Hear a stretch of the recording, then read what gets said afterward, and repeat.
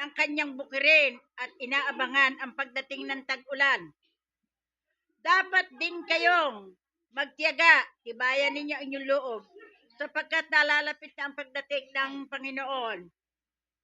Mga kapatid, huwag kayong magreklamo sa isa't isa upang hindi kayo hatulan ng Diyos, sapagkat malapit na dumating ang hukom. Mga kapatid, tularan ninyo ang mga propetang nagsasalita sa pangalan ng Panginoon. Buong tiyaga silang nagtiis ng kahirapan. Sinabi natin, pinagpapala ang mga nagtitiyaga at nagtitiis. Naririnig ninyo ang tungkol sa pagtitiis ni Job, ang ginawa sa kanya ng Panginoon sa bandang huli. Talagang napakabuti at tunay na mahabagin ang Panginoon. Ngunit higit sa lahat, mga kapatid, huwag kayong manunumpa, huwag ninyong sasabihin, saksi ko ang langit, o ang lupa, o ang ano paman. Sapat sabihin ninyo oo, kung oo, hindi, kung hindi, upang hindi kayo hatulan ng Diyos. Mga paghihirap, may paghihirap ba ang sino man sa inyo? Manalangin siya. Nagagalak ba ang sino man? Umawit siya ng papuri sa Diyos. May sakit ba ang sino man sa inyo?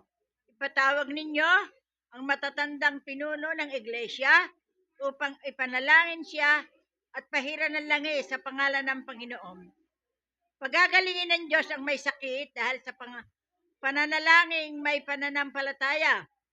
Palalakasin siyang muli ng Panginoon at kung siya'y nagkasala, patawarin siya ng kanyang mga kasalanan.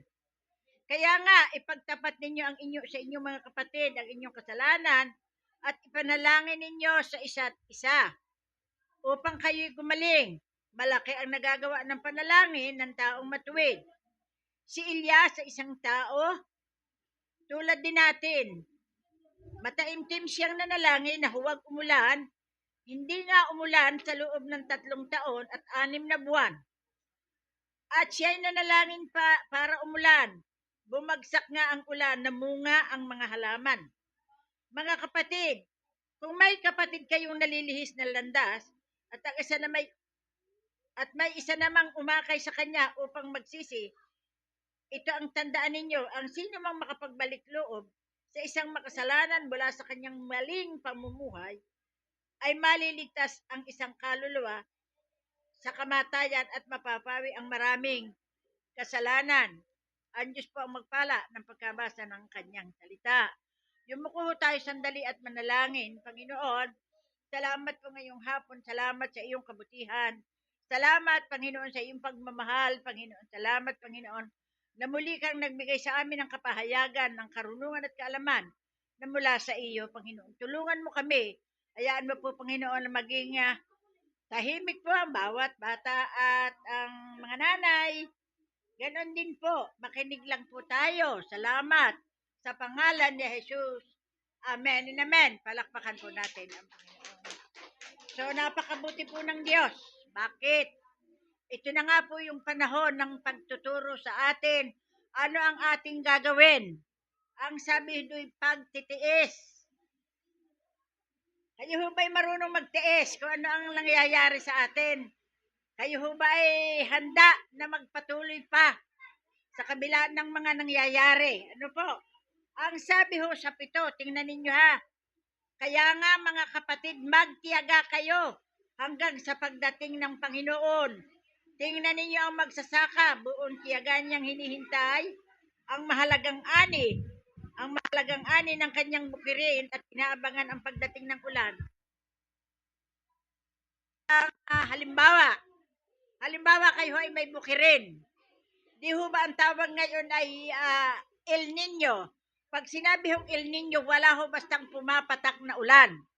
Ngayon, kami po doon sa Kalapan ay meron po kami doong bukirin na ipinahiram ng Panginoon. Ang sabi po ng aking bayaw, ate, hindi tayo ngayon makapagtanim dahil bitak ang lupa. Sabi ko, bakit? Dahil walang ulan. Totoo naman, di ba? Pag walang ulan, ano ang mangyayari? Yung lupa ay tuyo at bitak-bitak. So sabi ko, Wala tayong gagawin, kundi tayo ay mananalangin. Ihingi tayo ng tulong sa Diyos. Ang sabi naman ng aking bayaw, sige ate, yun ang iyong gawin. So kami po ay nananalangin, gabi, araw, tanghali, anumang oras, hindi ko nakakalimutang isama sa pananalangin ang ulan. Sa biyaya at habag ng Diyos, nagkaroon po ng ulan sa lugar ng Kalapan at ngayon po ay mahigit na 1 buwan kaming may tanim na palay. So, kung hindi ho dininig ng Panginoon, wala ho tayong mabibiling bigas. Kahit may pera ka, kung wala po nakapagtanim na magsasaka, wala po tayong makakain. Kaya, alam ho ba ninyo ang sikreto ng isang magsasaka? Ang sikreto ho ng magsasaka, siya po ay matiyaga. Anong gagawin? Lilinisin ang kanyang bukirin, aararuhin, pagkatapos na araruhin, ito po ay magpupunla po sila, then itatanim. Ngayon, habang ito po'y nagawa na, pag ito'y natanim na, hindi ho siya titigil. Magtutuloy-tuloy pa ho yun. At bakit? Siya ho ay matiyagang naghihintay. Dumating ang 120 araw para anihin po ang nasabing bukid. Ngayon, dahil dinilig po ng ulan sa pamagitan ng Panginoon, ang hinihiling po ng magsasaka, magkaroon ng mahabang, ano ba tawag doon? Magkaroon ng ano ba tawag doon? Uhay! Yan, mahabang uhay. Yung mahabang uhay, ibig sabihin maraming butil ng palay. So pagka ang isang palayan, hindi ho ang pinag-uusapay laki. Okay, maganda rin po yung malaki. Pero kahit maliit at ito po ay pinagpala ng Panginoon, naroon po yung magandang uhay ng palay, aani po ng maayos ang isang magsasaka. So anong ginawa ng magsasaka? Nilinis ang kanyang sakahan at nung kanyang nilinis, hinintay niyang umulan at nang umulan nagtanim, pagkatanim, hindi na ho iiwanan. Balik-balik siyang pumupunta doon araw-araw, titingnan kung may uod, titingnan kung may kuhol, titingnan kung ano ang naninira sa kanyang palayan. So, kung wala pong naninira, salamat. Pero kung may naninira, bibili ho ng pangkuhol, bibili ng pang-uod, at iba't iba pa ho. Abono pa pala. Hindi ho pwede nang walang abono. So, sa atin hong buhay spiritual, ganun din po tayo. Dapat tayo po ay matyaga ng pananalangin, paniniwala, pananampalataya na ang ating hiniling ay may kasagutan mula po sa Panginoong Hesukristo. Ano po? Ang sabi ho sa 8, dapat din kayong magtiyaga, tibayan ninyo ang inyong loob, sapagkat nalalapit na ang pagdating ng Panginoon. Okay? So, kung tayo man po ay may mga pagsubok, tayo man po ay may mga alalahanin, may isipin, o ano man, nagkaroon tayo ng karamdaman, nagkulang tayo sa pinansyal, wala ho tayong mapagkunan, kapatid. Sa ganun pong pangyayari, tayo po ay dudulog sa Panginoon. Huwag kayong pupunta kung saan-saan. Ang Panginoon lamang po ang makapagbibigay ng sapat at wasto. Hindi po kailangan tayo manguna sa Panginoon. Kapag tayo po nanguna sa Panginoon, ano mangyayari? Kapahamakan lang ang ating aabutin. Paano sinabing pangunguna? Kapag tayo po ay walang pambili ng ganito, walang pambili ng gayon, saan pumupunta ang tao? Sa 5-6, nagsusugal, no? Scatter, nakikipagsapalaran. Kapatid, hindi po yun ang sagot. Ang sagot po, tayo po ay magtiwala, tayo po ay manalig, manampalataya at magtiyaga na manalangin na dumulog ho tayo sa Panginoon. So yun po yung pinakamaganda. At kapag gano'n ang ginawa natin, tayo po ay nakakasigurado na may magandang magaganap sa ating buhay. Ano po? Ano po yung sinasabi sa Galacia 5, versikulo 22?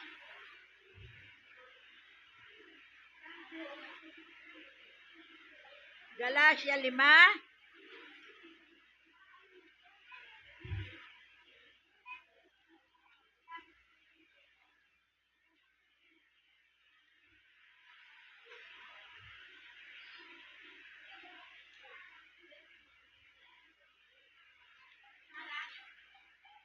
Galacia 5, versikulo 22. Ito na po yung sinasabi.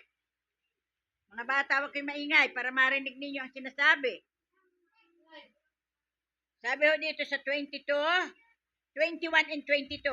Pagkainggit, pagpatay, paglalasing, walang habas na pagsasaya, at iba pa ang katulad nito. Muli ko kayong binabalaan, ang gumagawa nito ay hindi magkakaroon ng bahagi sa kaharian ng Diyos. Sa 22 po tayo. Subalit, ang bunga ng Espiritu Santo, pag-ibig. Kailangan po may pag-ibig tayo. Kagalakan, kapayapaan, pagtitiyaga. Ayan, ito na naman, pagtitiyaga. Kabaitan, kabutihan, at katapatan. Okay. So ito po, kapag ito po ay nasa ating buhay mga kapatid, tandaan natin, wala po tayo, may problema, pero mayroon ho tayong kasama. Sino ho ba yung kasama natin araw at gabi? Siya ho yung pinakamagaling na bantay, wala na hong gagaling pa. Ito po ay si Kristong ating Panginoon. Kung ano man ang nagaganap sa atin, maaring may awayan, maaring pagkakabahabahagi, may inggitan katulad po doon sa 21, may inggitan, may siraan, may maritisan, o ano pa man. Huwag mong intindihin. Lumapit ka lang sa Diyos, magtiwala ka sa Diyos, at ibibigay ng Panginoon kung ano yung dapat na mapapunta sa atin. Hindi ho mawawala, lalo na ho sa katulad natin. Hindi mawawala ang mga pagsubok. Ang pinamakaganda, may pagsubok, mayroon ho tayong kakampi. Kaya kung ano man ho yung pagsubok na mararanasan natin, isang tabi lang. Hawakan mo yung salita ng Diyos. Maniwala ka sa pangako ng Diyos. At kapag naniwala ka sa pangako ng Diyos, ano mangyayari? Magtatagumpay ka. Wala hong lumapit sa Diyos na hindi ho nagtagumpay. Pero ang hindi lumapit sa Diyos at kung saan siya nagtiwala, anong nangyayari po? Kapahamakan. Ano po? Okay. Ano pa rin ho doon sa Roma 12?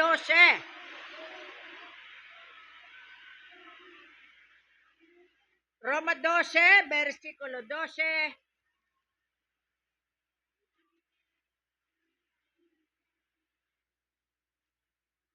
Roma 12, versikulo 12. Ang sabi doon, magalak kayo. O, kita ninyo, magalak kayo dahil sa inyong pag-asa, magtiyaga kayo sa inyong kapighatian at palaging manalangin. Ano man ho, lagi. Ano man ang ating katayuan sa buhay. Hindi man tayo sikat. Hindi man tayo nakaranas ng kanilang nararanasan.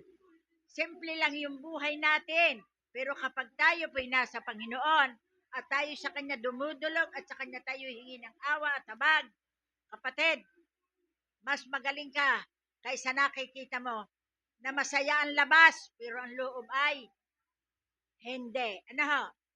Madali lang hong magkunwari. Ano ho? Akala mo'y ayos na ayos, hindi pala.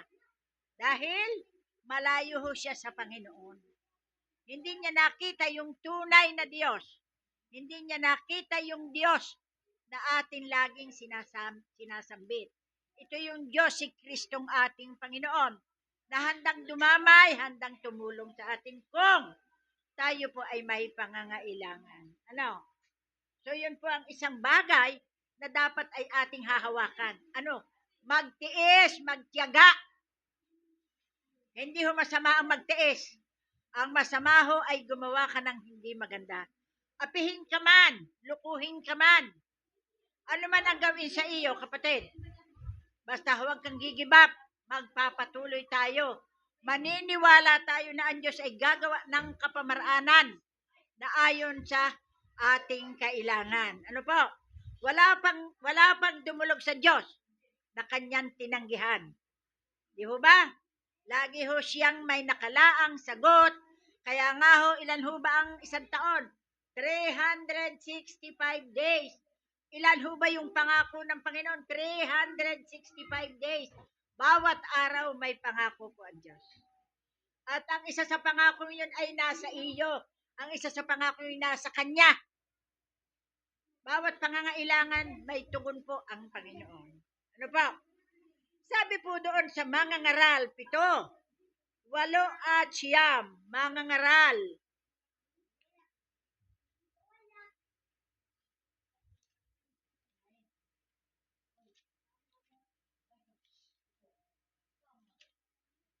Mga ngaral, 7, 8 at 9. Tingnan ho ninyo. Ang wakas ng isang bagay, mas mainam kaysa pasimula. Ang pagtityaga ay mabuti kaysa kapalaluan. Papaliwanag ko po. Sa Siyam, pag-aralan mong magpigil sa sarili. Mangmang lamang ang nagtatanim ng galit, kapatid. Lahat po dito may tama. Ano ho? Minsan hindi ho natin mapigil ang ating sarili. Pag tayo po ay biglang may dumating na hindi naman magandang balita sa atin, ano nagagawa? Nagre-react lalo na kung hindi naman tayo ganon. So ano ang kailangan? Mayroon tayong pagpipigil sa sarili. Huwag mong tutupuhan, huwag mong i-entertain. Ano ho, entertain, huwag mo siyang tatanggapin.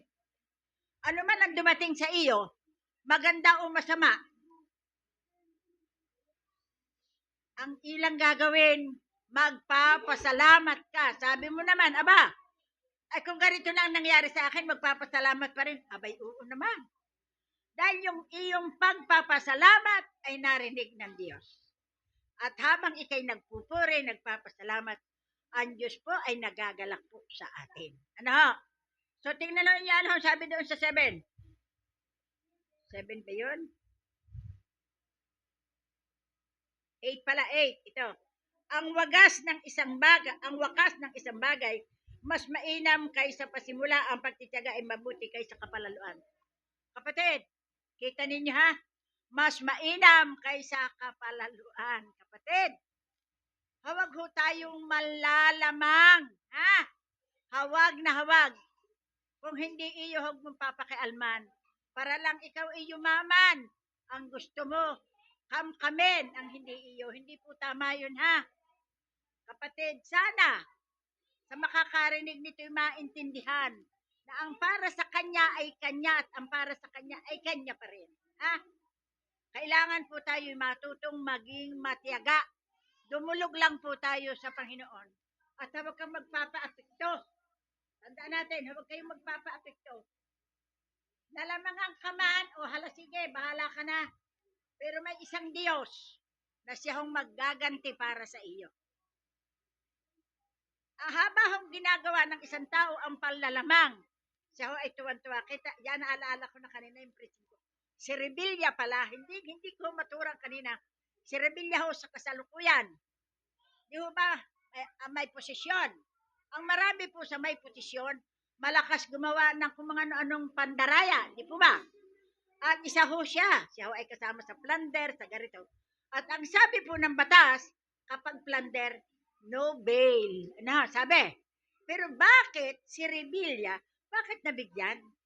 1 million ang binigay, ang inialok at tinanggap. So, ano ang kahulugan pag mayaman, nabibili? Pag mahirap? Alam mo ninyo kung titingnan mo ang takbo ng mundo, minsan nga, nagnakaw lang ng 1 kilong talong ay napakulong. Ay nagnakaw ng ilang malita ay pagula-gula na sa ibang bansa pa. At ang nakakalungkot, yung pinakamataas ang posisyon sa gayon. Bakit baga? Kung talaga namang hahanapin at talagang kukunin ang taong ito, makakapunta po dito sa Pilipinas. Bakit gusto nila si Duterte na dalahin doon? Bakit nadala nilang paparoon? Bakit yung naroon na kailangang ibalik? Bakit hindi nila maibalik? Ano ba ang dahilan? Pareho lang ba sila? Kayo na po ang humusga doon.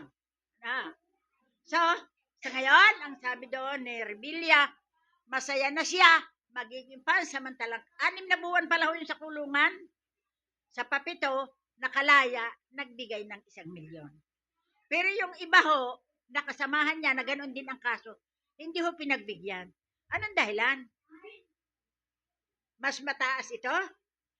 Itong mga kasama ay medyo mababa? Ay di may pera din ho yun. So makita ho natin ang hindi pantay na laban. Bakit? makita ho na kung alin yung siyang dapat na hatulan ay hindi mahatulan. At yung dapat na hatulan ay yun nga po ang nasa kulungan. Aba, ano ba yun? Ang nasa kulungan ay hindi siya dapat mapakulong. Pero yung nasa labas yun ang dapat na mapakulong. So sana, anong gagawin natin kung ganito ang mga pangyayari? Mananalangin ho tayo at magtitiyaga. Pananalangin at pagtitiyaga na humingi ho tayo ng awa sa Diyos. Yun na lang eh. Ito pa ang isa, simple lang. Tayo naman sa ating buhay, ano ho ba ang nagiging reklamo natin? Tubig. Ay kakaiba nga ho ang tubig dito sa atin. Hindi naman ho dati ganon. Hindi ho ba yan ay suna-suna? Kami ay sontri. Di ganito ho ang itsura ng aming linya. Ito yung gitna. Aring kabila may tubig. Aring kabila wala. Ay isang linyang pinagdadaanan. Ay di ba? Kaya nagkakaroon po ng pagkakataon na maging reklamador. Pero simula ho nung nabasa ko ang salitaan ng Diyos, nagre-reklamo man ako, mamaya-maya titigil na ako. Bakit? Wala namang magagawa yung pagre-reklamo ko eh. Ang ginagawa ko na lang, Panginoon, bawat tubo naman po ng tubig, padalhan mo na lamang po ng tubig. Yan naman po tubig na yan ay libre mula sa kabundukan na kayo po ang naglagay. So kung mayroon man pong gumagawa ng hindi maganda, Panginoon, katagpuin mo po sila. So anong isang araw nagkatubig ho kami. Salamat sa Panginoon. Salamat sa Panginoon. Kaya sana sa hindi ho maabot na sabi ng Chabinita, 1 buwan na daw silang walang tubig. Nagpapasalamat sa ulan.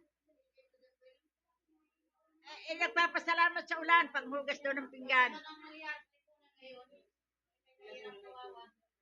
Ayun, so, ano po yung sinasabi? Sabi pa rin ho doon sa 2 Pedro 3, versikulo 9. 2 Pedro 3, versikulo 9.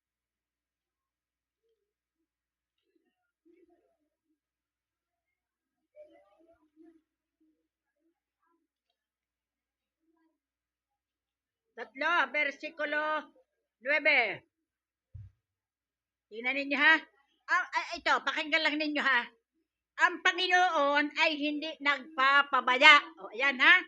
Hindi nagpapabaya sa kanyang pangako. O may pangako naman. Alam natin, sabi nga, 365 eh. Sa kanyang pangako, gaya ng inakala ng ilan.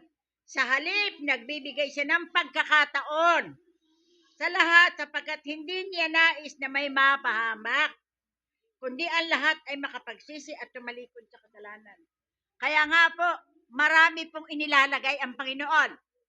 May missionary, may pastor, may TV, may online, may makikita ka. Alam mo ninyo, ako may nakikita ho ako ditong tao na may daladala ho siyang papel.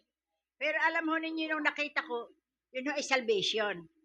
Salvation ho yun, tama yun. Ngayon, ano ang gagawin kung halimbawa, mayroon kang pagkakataon para ma-share mo yung Word of God? I-share mo yun. At yun po ang kailangan ng tao sa ngayon. Kaya tumanggap, kaya hindi. Sabihin mo ang katotohanan at pag nasabi mo, wala kang pananagutan. Ang nakakalungkot lang po, hindi ho tayo nagpapagamit sa Panginoon. Sabi mo, hindi ka marunong ka, tutulungan ka ng Diyos. Ang banal na Espiritu ang magtuturo sa iyo. Alam ho ninyo, meron na akong isang kwento. Ito ay kwentong totoo. Sino ho ang nakakakilala dito kay Hinya? Si Hinyang magpuprutas. Sino nakakakilala? O, lahat siguro. All around yun eh. Pero ito ang taong ito, mahilig ho siyang magtanong sa akin. So, hindi ko alam na yung sinasabi ko ay natatanim sa kanyang kaisipan. Ang kanyang kapatid, ito totoo, hindi ho ito gawa-gawa. Ang kanyang kapatid ay nasa ospital at tinaningan ng doktor na 12 hours na lang at mamamatay. Okay. So, ang sabi ng doktor, ilabas mo na yan, madam, kaysa abutin pa naman dito, mas lalong malaki ang magagastos. Siyempre, sinabi na ng doktor 12 hours na lang at mamamatay. So, sa madalit salita, inilabas ho nila ang kanyang kapatid. Nung nadala na sa kanilang bahay, Ang ginawa niya, siya daw ay nagpakanta ng Christian song. Ngayon, nag-pray siya sa Panginoon. Ngayon, ang kanya daw pagpipray, sabi pastora, kung paano mo sinasabi sa akin yung kaligtasan, kung paano yung mga isinare mo sa akin, hindi ko yung nakalimutan. At sabi daw ng mga tao sa kanila, parang na daw siyang luka-luka. Pero sa kabutihan ng Panginoon, hulaan ninyo, ano nangyari? Nag-second life nang ibinalik kay si Dr. Santos. Yan, naalala ko na rin ang pangalang ospital. Santa Maria. Diyan sa Calapan, meron dyan Santa Maria Village. Doon dinala, sabi daw ng doktor, hindi ka na lang nurse, doktor ka na. Dahil yung kanyang kapatid, lumakas ang katawan. Ano lang kanyang ginawa? Nagtiwala sa Diyos, matyagang nanalangin. Kaya ang sabi niya, salamat ho. Hindi ko naman ho alam na gano'n ang pangyayari. Dahil kahapon, ako'y galing sa kina Donald, nagpunta kami. Nung pagbalik, sadya ho ako'y tinawagan at isinyer niya ang kabutihan ng Panginoon. Di ho ba? Ano ang kailangan natin? Mananalangin, magtitiyaga. Ang sabi niya, alam mo ninyo, ang kuwang ko kung siya'y mamatay, at least ligtas. Sabi ko, paano man nasabing ligtas? Ay, pinagsisi ko ng kasalanan eh. At sabi ko, itanggapin ng Panginoon. Eh, di gagayin naman ang ating ginagawa. Di ba? So, hindi ho nawawalan ng kabuluhan kung tayo pa ay nagsishare ng Word of God. Mas maganda ang Word of God kaysa buhay ng may buhay. Kaysa panlalamang, pandaraya o ano paman. Ang gagawin natin ngayon, maaaring sa tingin natin walang pakinabang, pero darating ang araw na may pakinabang. May tao kang mai-encounter at siya ang mag-share ng Word of God. Doon sa akin sa aking anak sa Batangas, mayroon siyang kasambahay. Ang kasambahay niya ay from Occidental Mindoro. Ang kanyang anak, pumapasok ko sa BSU, isang engineering at isang teacher. Sabi ko sa kanya, umaga, paalis na ako nung papunta na. Sabi ko, gusto mo ipag-pray kita? Ay, yun ang gusto ko, yun ang sabi niya sa akin. Pero halos 2 araw na ako, hindi ko naman napapansin yun. Pero parang nagkaroon ng leading sa akin, ipag-pray mo ang taong ito. Pagdais niya, yumapo siya sa akin at umiyak. Sabi ko, o sige, mag-pray tayo. So, pagkatapos ng prayer, hindi pwedeng hindi mo ibigay ang kaligtasan na kailangan niya. Alam ho ninyo, habang ako'y naroon, nung ako'y bagong nandun, hindi siya nagsasalita. Pero ngayon, ang nakikita ko ngayon, dahil tumanggap po talaga siya sa Panginoon, umiiyak ho siya. Hindi ko naman tinanong kung bakit siya umiiyak. Siguro sa galak na, siguro naramdaman niya yung pagkilos ng Panginoon sa kanyang buhay. So ngayon, may bago ngayon akong pinapastoran sa Batangas. Sabi ko ho kay Pastor Romel, puntahan mo yan at isama mo sa inyong simbahan. Dahil si Pastor Romel, malapit naman ho ang bahay. So, isang kaluluwa ang iniligtas ng Panginoon. Yun lang po ang ating gagawin. Share the Word of God. At magtiwala tayo, akala natin ay hindi. Walang bunga, pero may bunga. Ang banal na Espiritu ang magtuturo sa atin. Huwag kang mahiya. Kay ano man ang kanyang katayuan, kay siya mayaman, kay mahirap, kay bata, kay matanda. Wala hong pinipili ang Diyos. Ang lahat po ay kanyang kinakatagpo. Ano pa ho yung sinabi sa unang Timoteo 1, versikulo 16. Unang Timoteo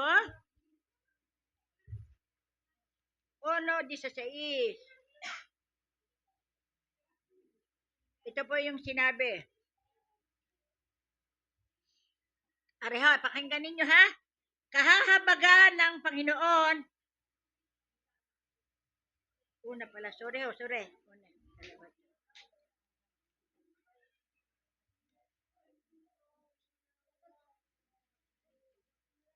Unang Timoteo 1:16. 16, sabi doon. Tingnan ninyo ho ito ha. Ngunit akong pinakamasama, yan ha, pakinggan ninyo maigi, ay kinahabagan upang ipakita ni Kristo Jesus sa pamagitan ko ang kanyang lubos na pagtitiyaga at upang ito'y maging halimbawa sa mga sasampalataya at bibigyan ng buhay na walang hanggan. Kapatid, ang nagsasalita ho dito ay si Pablo. Alam ninyo, kapag kayo po'y nagbasa ng Biblia, ano po bang ginawa ni Pablo bago po siya naging lingkod ng Diyos? Marami ho siyang pinatay na katulad natin. Tayo pong naniniwala kay Kristo, ayaw po niya nung hindi pa ho siya nakakakilala sa Panginoon. Wala ho siyang pinalibre, bata, matanda. Pinapatay po niya. Pero isang araw, yun po ang naging buhay na patotoo kay Pablo. Siya ang sabi nun, ako na pinakamasama. Alam niya na masama ang kanyang ginawa. Pero ginamit pa rin ako ng Panginoon. Ikaw, hindi ka pumatay. Pero ano yung buhay mo? Maaring dati ikaw magaling magmura. Maaring ikaw dati ay madamot. Maaring dati ikaw ay nakikialam sa buhay ng may buhay.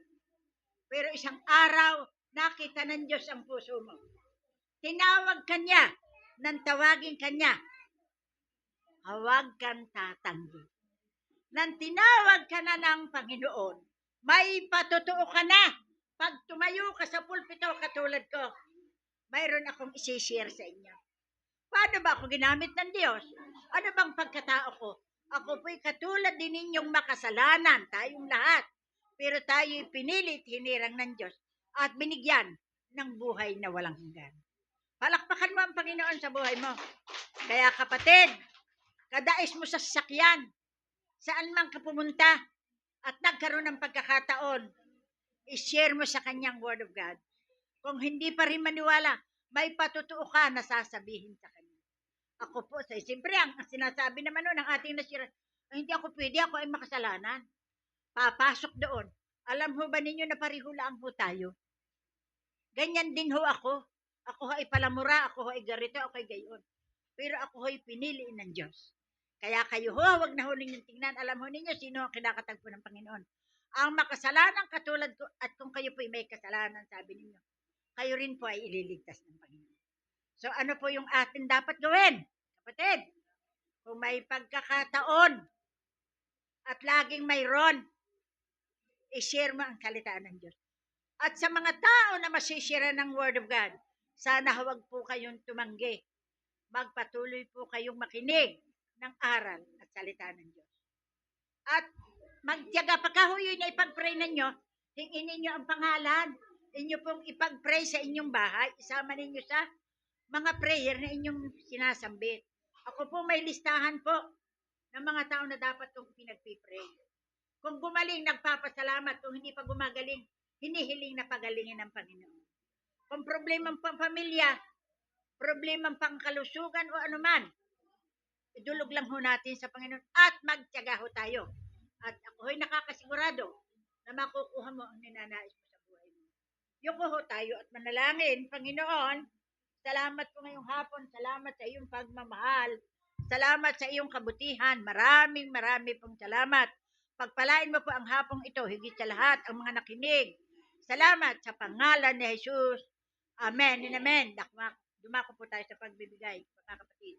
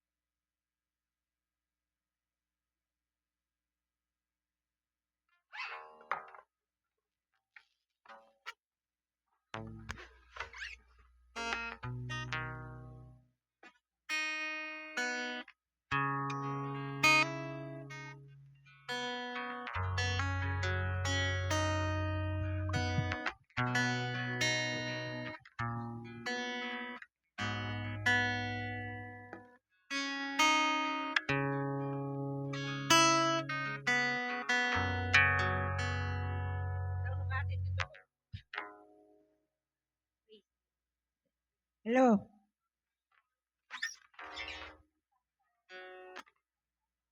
Sumabay lang ako sa'yo.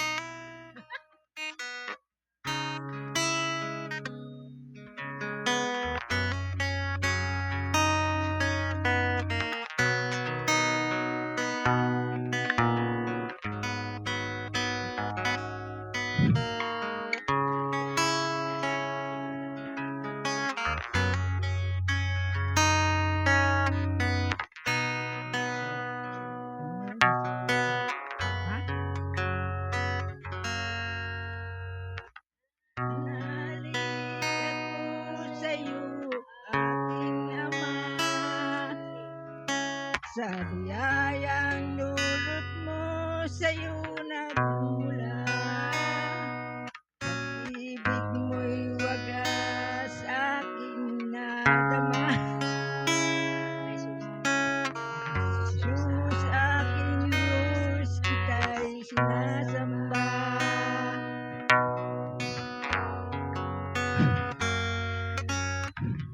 Nalig ako sa'yo, aking ama,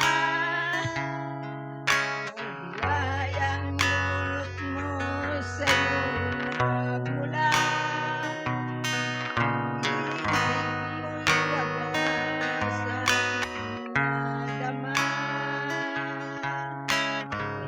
Jesus aking Diyos, kita'y sinasamba. Hirap na buhay ko, di ko alintana, ika'y mawawalan, wala nang pag-asa.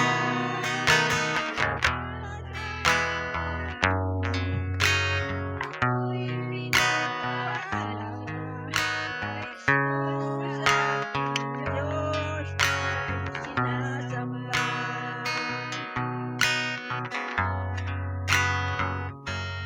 Nanalig ako sa'yo, aking ama, biyayang dulot mo sa'yo nagmula. Ibig mo'y wagas aking nadama. Jesus aking Diyos, kita'y sinasamba. Hirap na buhay ko, di ko alintana, ika'y mawawala, wala nang pag-asa.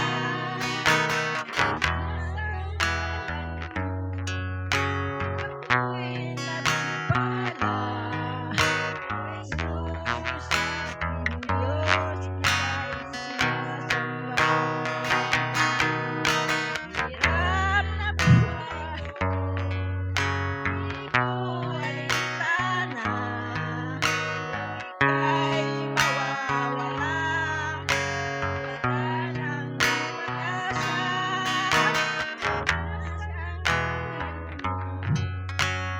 Ako'y nagpala, Jesus aking Diyos, kita'y sinasamba. Jesus aking Diyos, kita'y sinasamba. Jesus aking Diyos, kita'y sinasamba.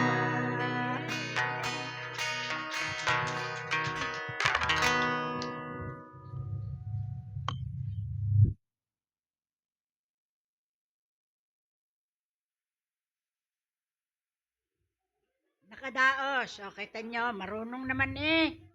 Sa susunod, sino ba susunod na linggo? Mga youth na yan, ano? Okay. So mga youth, kita naman ninyo, si nanay, kala natin hindi dadating, na andyan. Ay kayo naman, pag kayo binigyan ng assignment, pupunta kayo. O si Kwan pala yun, siya doong sasalit sa kakanta sa isang linggo. Marites, ayan o. Ayan. So bahala na kayo. Sige. Tayo kayo, tayo ay manalangin.